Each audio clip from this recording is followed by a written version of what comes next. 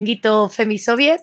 Estamos ahora mismo con Carlota Carbajo, perdón, pero antes de empezar con ella vamos a hacer un pequeño sorteillo de AWS, que tenemos que darle muchas gracias por haberse ofrecido a regalarnos créditos, y en este canal tenemos ahora mismo 20 créditos para los 20 primeros tweets que publiquen un tweet con el hashtag quiero mi paguita Femisoviet, lo tenéis por aquí abajo, ¿vale? Y ya una vez dicho esto, pues me encanta presentar a Carlota Carbajo, que además tengo muchas ganas de ver su charla de manera personal, porque no es un tema que me pilla súper de nuevas, que no conozco de nada y tengo muchas ganas de aprender de bioinformática. Carlota, bueno, sus amigas la llaman Clotis, es una asturiana súper orgullosa de ello. Se graduó en biotecnología en la Universidad de Oviedo y acabas de empezar el máster de bioinformática y biología de sistemas en Dinamarca. O sea, que es que ni siquiera te tenemos por aquí, ¿no? No, que va. Me parece súper interesante el tema que vas a tratar y te dejo. Muchísimas gracias, Carlota. Gracias. Bueno, pues buenas tardes a todas y a todos. En esta charla voy a hablar sobre bioinformática, en qué consiste y para qué se utiliza. Estos son un poco los puntos que voy a tratar durante la presentación. Primero me voy a presentar brevemente, después explicaré un poco qué es la bioinformática y por qué surge. Luego seguiré con el concepto de naturaleza como código, que es un concepto bastante sencillo de contar y que es muy importante para que se puedan entender cuáles son algunas de las aplicaciones de la bioinformática. Y luego pues hablaré un poco sobre las bases de datos en bioinformática y pondré un poco un ejemplo sencillo para ver cómo funciona. Y por último, pues voy a comentar brevemente una parte de mi TFG que estuvo muy relacionado con la bioinformática y que creo que puede ser interesante para esta charla. Bueno, pues esta soy yo, soy Carlota, soy de Oviedo, que es una ciudad en el norte de España y, como bien ha dicho, me gradué en biotecnología en la Universidad de Oviedo. Actualmente estoy viviendo en Copenhague, en Dinamarca, y estoy estudiando efectivamente un máster de bioinformática y biología de sistemas en la Universidad Técnica de Dinamarca, o la DTU. Y bueno, vengo un poco con esta charla porque es un tema que a mí personalmente me gusta mucho, creo que es un poco desconocido y bueno, vengo a contar un poco lo que sé, yo también estoy aprendiendo, así que espero que os guste mucho. Pues bien, la bioinformática se puede definir como una disciplina dentro de la ciencia que utiliza conocimientos de biología, matemáticas y ciencias de la computación para resolver problemas, generalmente de índole biológica. Esta disciplina surge fundamentalmente porque dentro de las ciencias de la vida aparecen dos obstáculos o dos desafíos que es necesario abordar, que son, por un lado, que la generación de una cantidad de datos muy grande, y es que el trabajo en los laboratorios cada vez está más especializado, cada vez está más estandarizado y se generan muchos datos. Y surge esta situación en la que es necesario una persona o un grupo de personas que se encarguen de ese análisis de esos datos con una formación específica para ello. Y por otro lado está el interés por una dimensión colectiva frente a la dimensión unitaria dentro de las investigaciones biológicas. ¿Esto qué quiere decir? Pues bien, desde hace un tiempo se sabe que muchos de los componentes que conforman las células, esos objetos biológicos, se encuentran fuertemente interrelacionados y que los estudios que abordan los análisis desde un punto de vista colectivo, teniendo en cuenta todos esos componentes, generalmente proporcionan una información adicional a la que proporcionaban los estudios de carácter más individualista o unitario.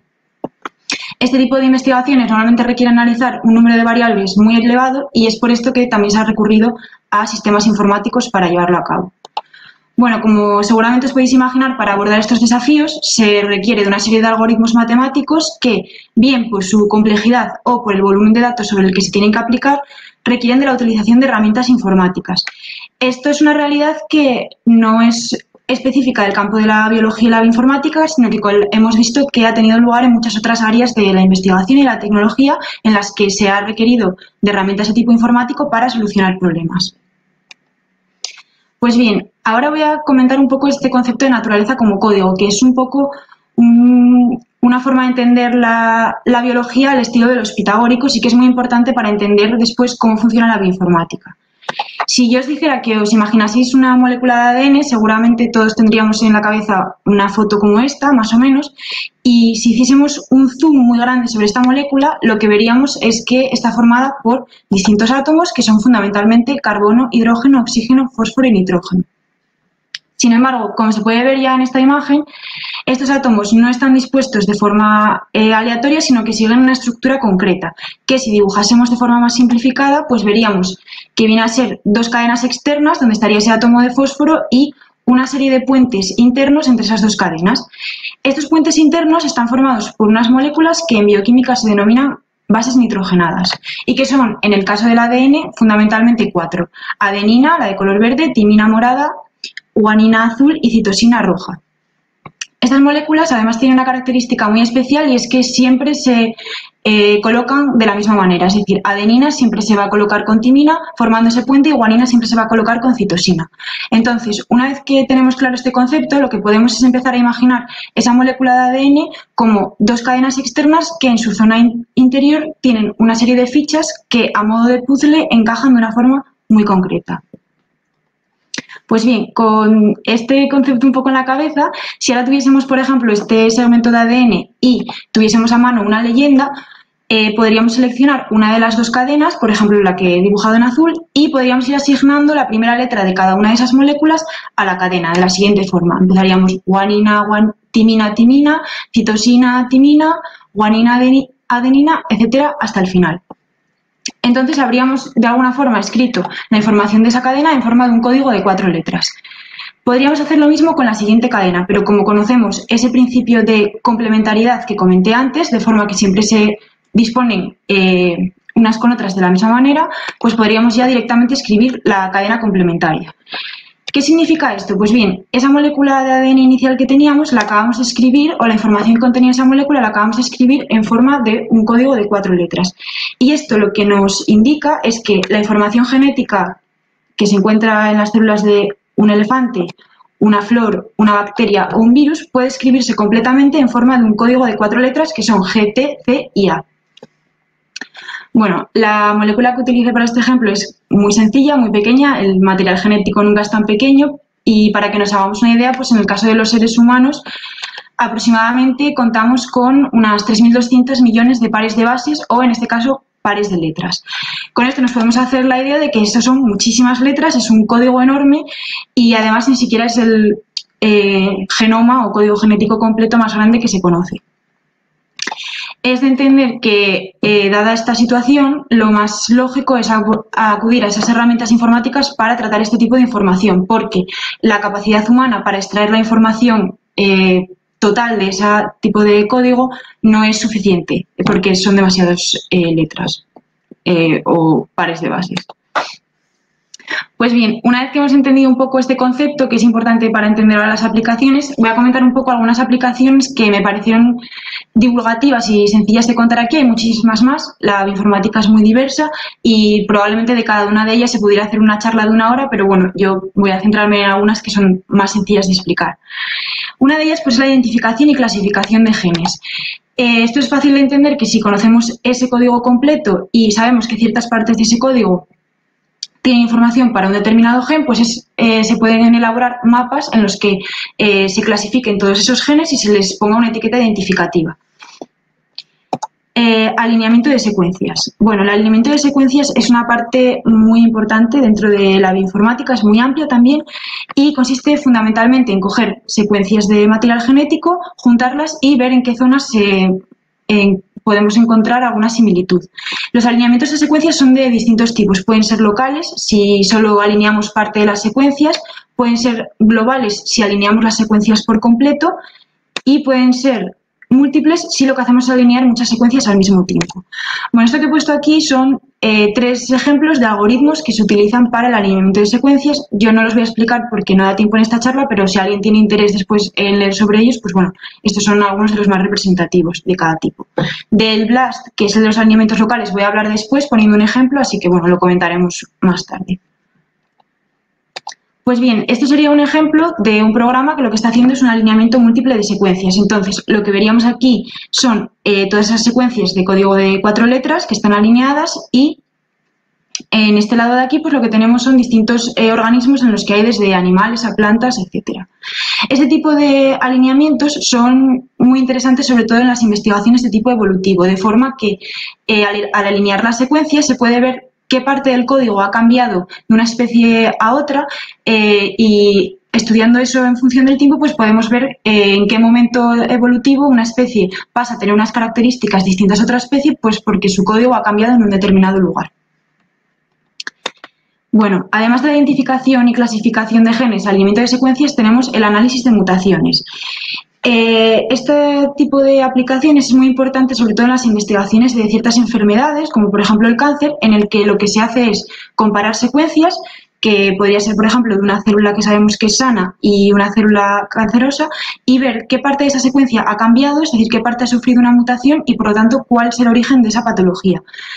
Podría ser con cáncer o cualquier otro tipo de enfermedad genética y, por supuesto, también es algo que se utiliza en estudios evolutivos para ver pues, qué mutaciones son las que han generado esos cambios en esas especies, como vimos antes en el alineamiento de secuencias.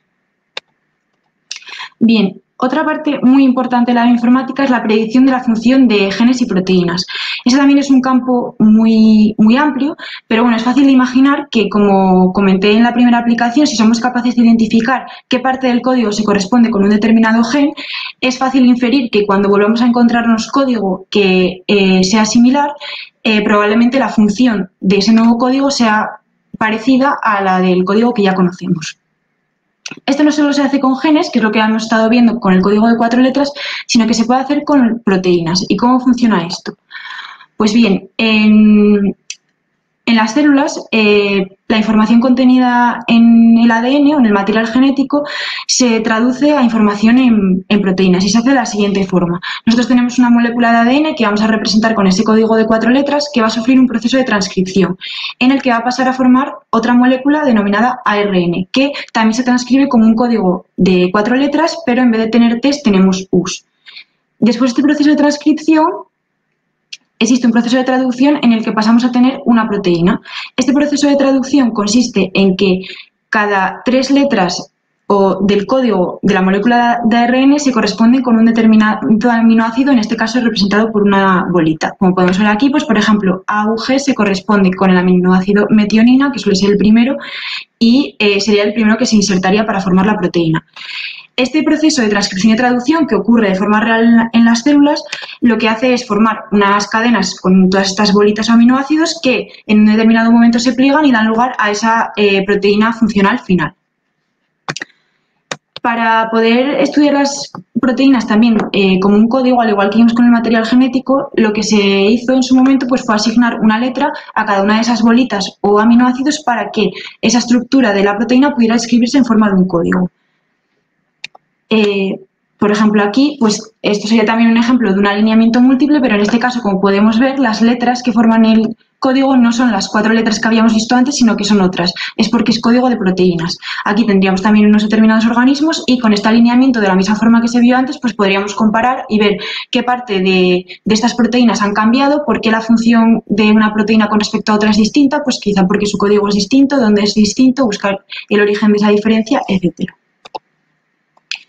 Bueno, la predicción de función de genes y proteínas, como dije, es muy amplia, tiene muchísimas aplicaciones, que puede ser la predicción de estructura de proteínas, pues sabemos que un determinado código da lugar a este tipo de estructura, pues códigos similares probablemente den estructuras similares, de función, como ya comenté, de epitopos, que sería la región que reconocerían los anticuerpos, etcétera.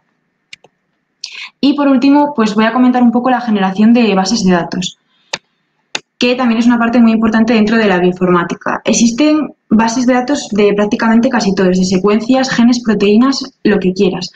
Y bueno, dentro de la historia de la bioinformática sí que ha habido un punto de inflexión importante con respecto a las bases de datos, que fue la formación de este acuerdo de colaboración, que es el International Nucleotide Sequence Database, que fue un acuerdo de colaboración entre 3 bases de datos internacionales, como eran la base de datos japonesa, la base de datos europea y la base de datos norteamericana. Lo que sucedió con este acuerdo de colaboración es que estas bases de datos comenzaron a compartir toda su información, de forma que actualmente es posible acceder a la información de cualquiera de ellas desde las 3 de la misma forma. Las tres se pueden hacer desde formato FTP o vía web. Pongo aquí los links de la norteamericana porque es la que yo utilizo, pero como he dicho, no hay ninguna diferencia en acceder entre una u otra, simplemente que el formato, pues por ejemplo, de la página web es distinto y cuando estás acostumbrado a un formato te sueles mantener en él, pero por lo demás la información que contienen es la misma. Entonces, para enseñar un poco cómo funcionan estas bases de datos, voy a poner un ejemplo. Y tendríamos aquí, por ejemplo, lo que sería la página principal del NCBI o la base de datos norteamericana. Si nosotros fuésemos aquí y seleccionásemos una determinada base de datos dentro de todas las que contiene, que puede ser la de genomas, pues podríamos buscar aquí un organismo, que en este ejemplo pues voy a poner el COVID porque está muy de moda en estos momentos y podríamos ir a buscar. Bien, entonces, lo primero que obtendríamos pues sería una entrada que tiene un determinado código identificativo, en este caso es este, y si vamos a ella nos lleva a esa entrada dentro de la base de datos que contiene toda la información sobre el coronavirus que se ha recopilado y que se ha subido aquí.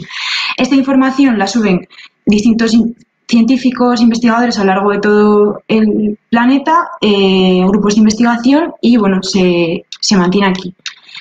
Si fuésemos a este link concreto, a lo que podemos acceder es la secuencia de este determinado organismo en formato concreto que se conoce como formato FASTA. Y entonces aquí tendríamos todo ese código de 4 letras, como comenté, que es el que contiene toda la información para generar esas moléculas de virus. Bueno, parece que es muchísimo, pero decir que este genoma es muy pequeño porque es un genoma de un virus, así que bueno, os podéis hacer una idea de cuántos datos se requieren analizar en este tipo de aproximaciones e investigaciones.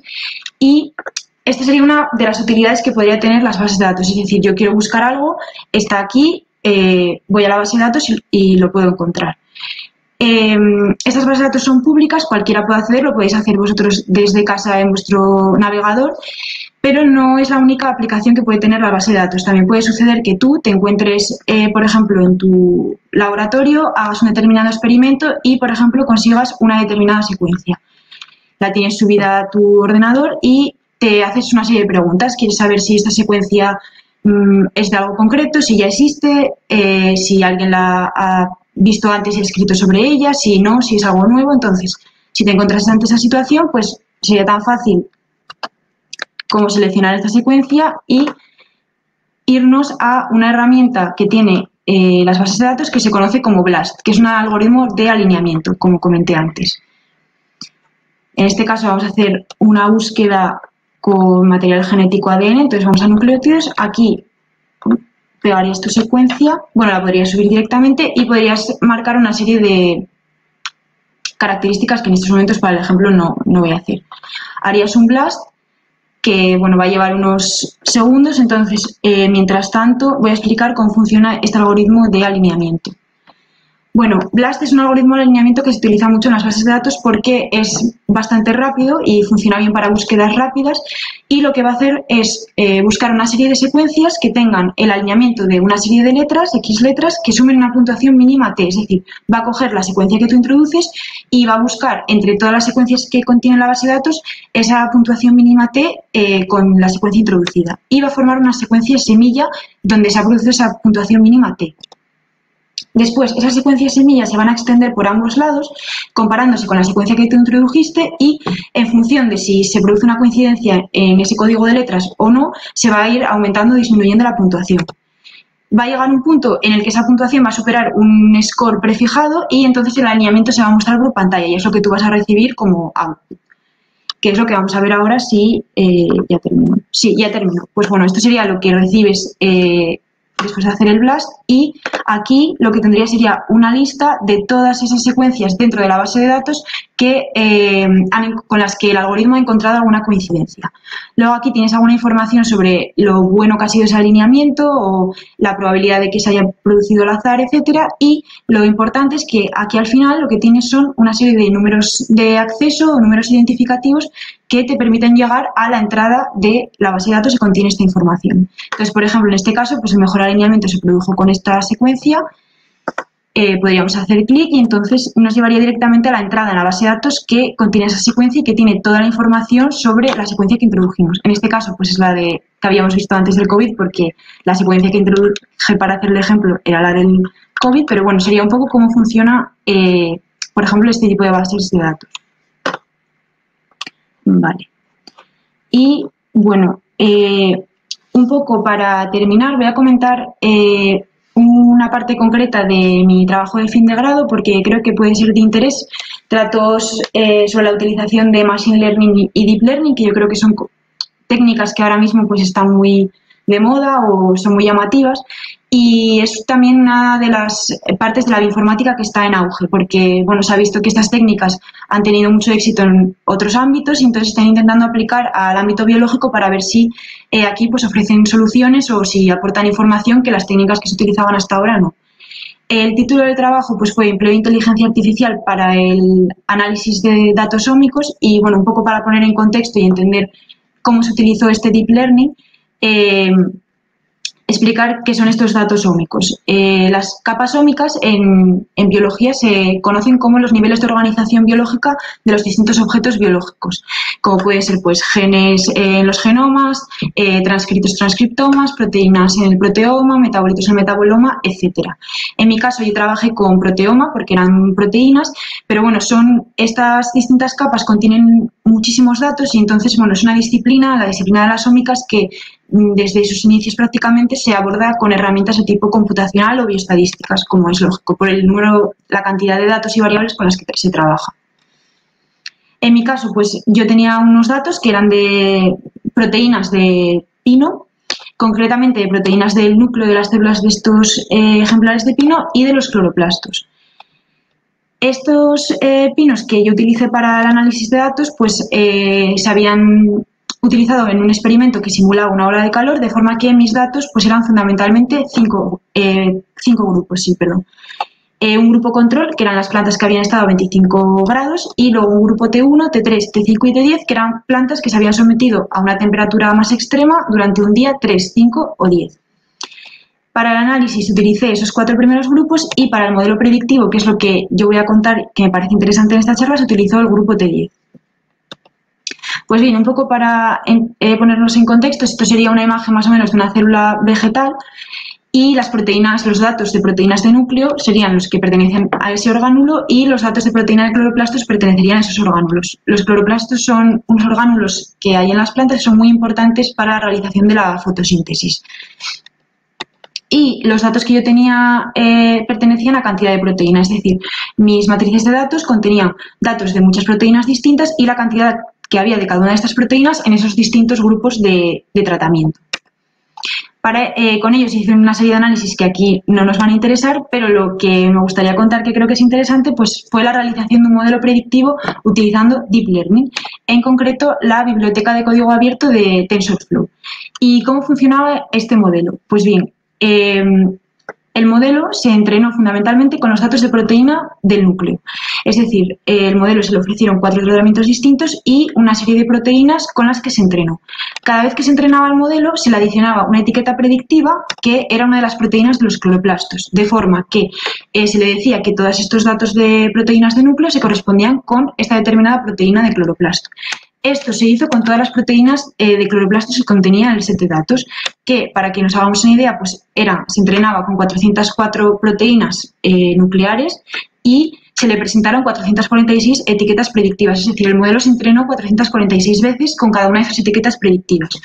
Una vez que se hizo esto, se le presentó un grupo nuevo con el que el modelo no se había entrenado para ver si era capaz de predecir el valor de esas etiquetas predictivas o de esas proteínas de cloroplasto, es decir, predecir qué cantidad de estas proteínas había en estas variables que se habían utilizado para el entrenamiento.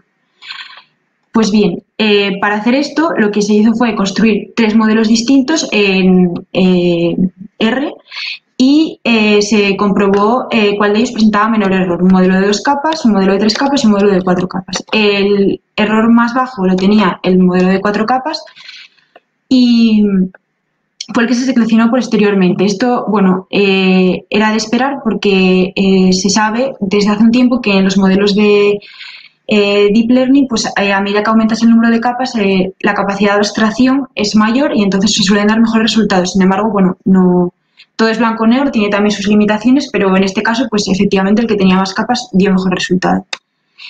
Una vez que se hizo esto, pues se representaron esos valores que predijo el ordenador, que serían los del grupo T10, y al representarlos frente a los valores del grupo control y el grupo T5, lo que se veía es que para estas tres proteínas concretas se producía una clara disminución de la cantidad de ellas en los grupos T10. Entonces, una vez hecho esto, con las predicciones que se hizo por el ordenador, fue necesario verificarlo en el material biológico real.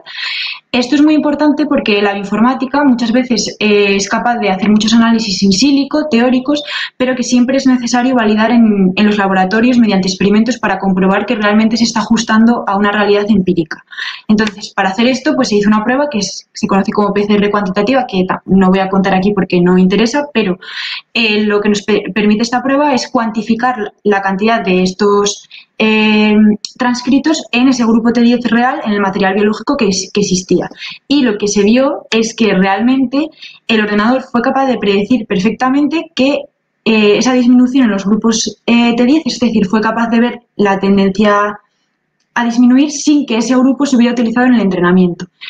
Esto fundamentalmente significa dos cosas. La primera es que la información para conocer esa disminución en el último grupo con el que no se había entrenado el modelo ya estaba presente en los otros grupos, pero la capacidad de análisis humano no es capaz de verla, sino que se requiere de herramientas mucho más avanzadas para poder predecirla. Y la otra es que realmente parece ser que el Deep Learning o el Machine Learning está teniendo un impacto importante dentro de las ciencias de la vida, porque realmente parece ser que está dando resultados satisfactorios o que tiene una utilidad. Y bueno, nada, esto ha sido todo. Espero que os haya gustado la charla. Si alguien tiene alguna pregunta, bueno, espero saber responder, pero bueno, eso, que muchas gracias por vuestra atención. Muchísimas gracias a ti, menudo nivel, madre mía. He estado toda la charla bastante atenta, me ha parecido súper interesante. No conocía Blast para nada, me ha parecido una base de datos, madre mía, súper potente.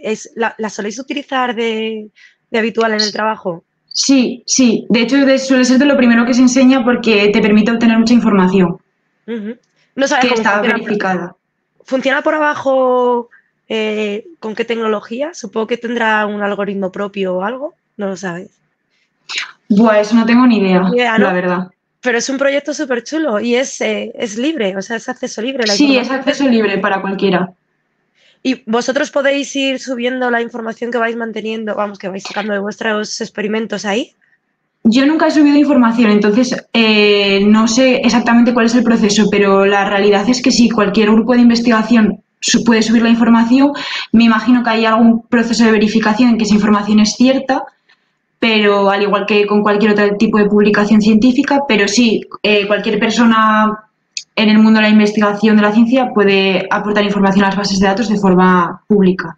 Increíble. Darte también la enhorabuena por el proyecto, vamos, por el proyecto, por tu investigación. He alucinado. Gracias. Como, claro, desde el mundo técnico, yo, por ejemplo, tenía muchas ganas de ver tu charla precisamente por eso. Una aplicación del Machine Learning sí. que para mí es completamente nueva. Me ha parecido fantástico. O sea, y la capacidad de enseñar a la IA para que luego os adivine. Claro, te diga lo que sabes, sí. Madre mía, me ha parecido un trabajazo. En que sepas que en Twitch está todo el mundo diciendo que está súper impresionado con tu charla. Me ha parecido un nivel, madre mía, superior, ¿eh? Superior. Gracias. Y como creo que no... Está todo el mundo con la boca abierta igual que yo, pero creo que no hay preguntas. Solamente, pues, darte muchísimas las gracias. Me ha parecido una charla brutal y desearte muchísima suerte con el máster que acabas de empezar. Esto promete, o sea, tenemos aquí un filón auténtico. Carlota, muchísimas gracias, de verdad. Nada, a vosotras. Un besito. Un beso. Chao.